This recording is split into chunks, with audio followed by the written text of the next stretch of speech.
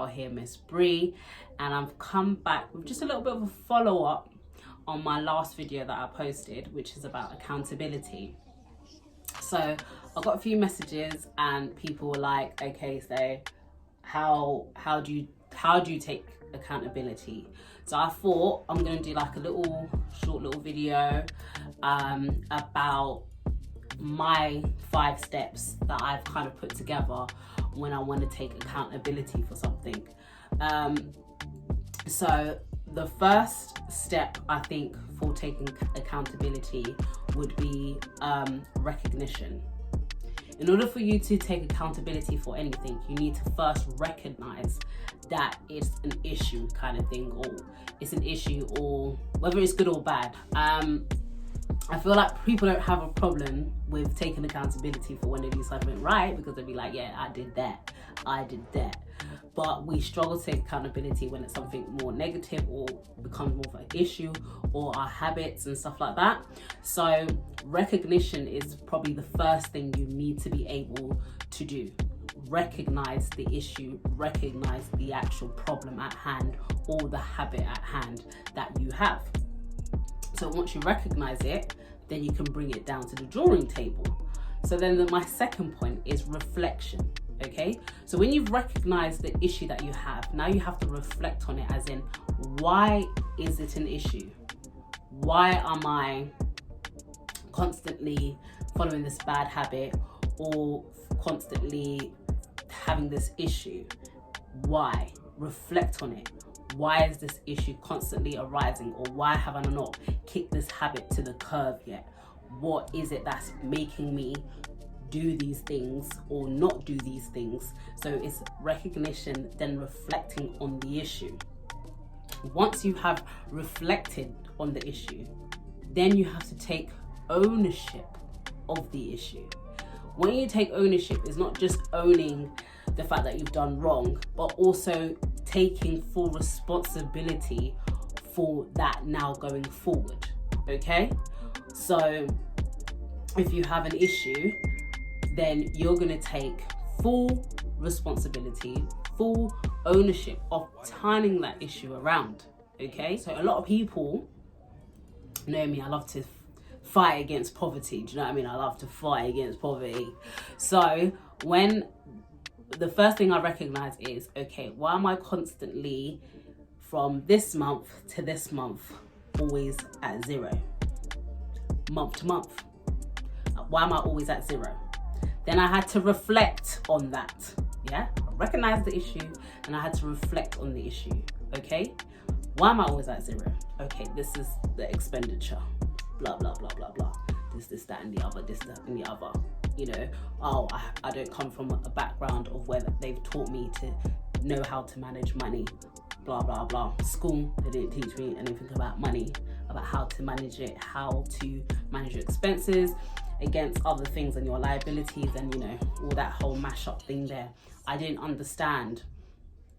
I didn't have that knowledge of how to manage my money. Financial management was not taught in school, and at home I wasn't being taught that, even though my mum and my dad are really good at that. But you know, communication of handing that down to me, you know, they didn't really do anything about that.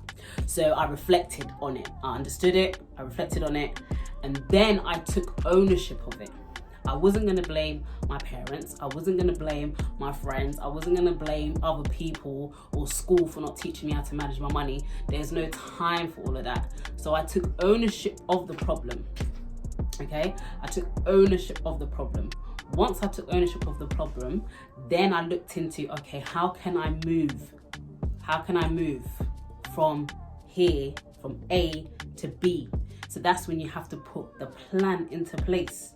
What's the plan? Okay, how can I move from A to B? And in the example that I'm giving you, to move from A to B was getting educated.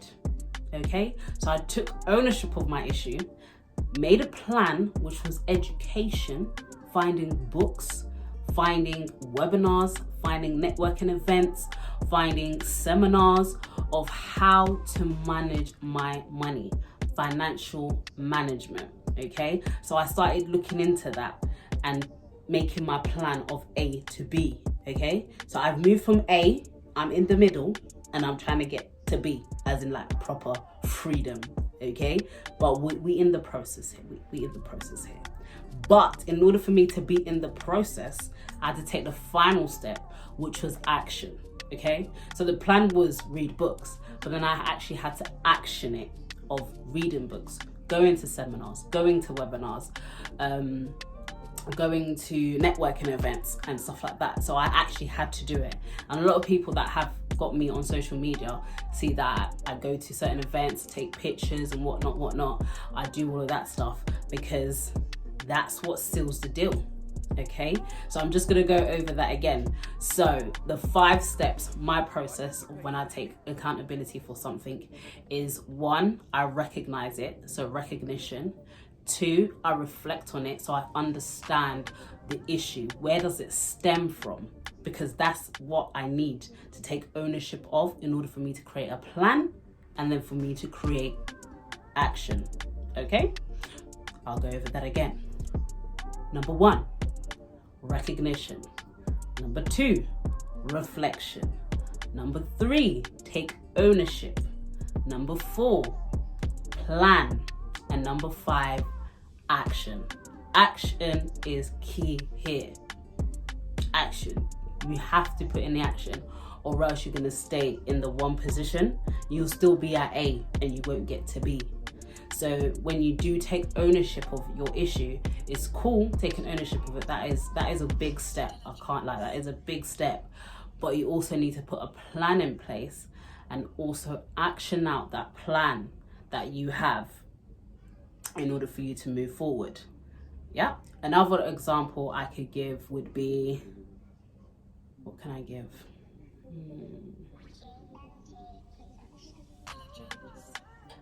Why am I always upset? Yeah, because but it's not every day about money, about hustling like me, but everyone has different issues. So why am I always upset? Okay, so you recognize the problem. Why am I always upset? Reflect, when do I get upset? What upsets me, sort of thing. Reflect on that. Then take ownership of that issue. Don't blame other people for making you upset. They've made you upset because you've allowed them to make you upset. Okay, so take ownership of that. What's the plan that you're going to put in place when people are attempting to make you upset? Certain things, someone starts to come at you in a way that you don't really like, stand up, exit the room. Okay, and the action is exiting the room. So when someone makes you upset, you leave, you walk out. Okay, so some of the things I'm talking about, accountability and stuff like that, obviously for me, my biggest topic is the fight against poverty, because that's something close and dear to my heart. But accountability can be put across the board in anything. Why do I allow my partner to make me upset? Why this? Why am I ended up in these situations? Why don't I always go for these type of men? We can go all the way into that deep kind of situation. But it's all about taking accountability for it. You can't blame another person for coming into your life and messing it up. You've allowed that to happen. So what are you going to put in place to stop those things happening? So that's what I would say. So I'm just going to repeat the 5 steps. So the 5 steps are recognition, reflection, taking ownership, plan, and action. Thank y'all for coming back and tuning back with me, with your girl Bree, Triple B out here. If you like these videos, please comment, subscribe, and share. I'm trying to get better at these outros because some of the videos, they weren't even no outro. But I'm getting there. So thanks again for the support. Thanks to everybody that sends me messages and for the strength to make these videos. Shout out to all of y'all. Thank you. She's screaming out my name, she's screaming out my government. Chris Stokes, yeah, I'm trying to do it all. Money never stops, so I gotta make a move. I thought not